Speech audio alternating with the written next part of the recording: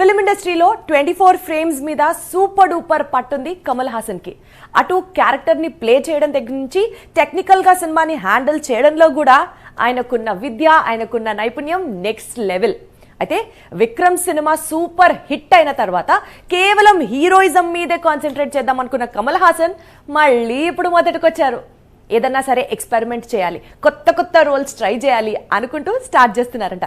దీంతో makers of Kollywood అంతా full tensed గా ఉన్నారు, మళ్ళీ ఎందుకు ఇదంతా అని. సినిమాపై అన్ని విభాగాల్లో పట్టు ఉండడం చాలా అరుదు. అందుకే కమల్ చిత్రాలు అంత ప్రత్యేకంగా ఉంటుంటాయి. ఆ ప్రత్యేకతే ఆయనకి కోట్లాది మంది అభిమానులను సంపాదించి పెట్టింది. అయితే విక్రమ్ మూవీ కమల్ స్పీడ్ కు బ్రేక్ వేసింది. చేయాల్సిన ప్రయోగాలను పక్కన పెట్టేలా చేసింది. రైటింగ్ కు, మేకింగ్ కు దూరంగా ఉండేలా చేసింది. ఇలా సింపుల్ గా కమల్ ను స్క్రీన్ పై చూపించి 500 కోట్లు కొల్లగొట్టాడు దర్శకుడు లోకేష్ కనగరాజ్.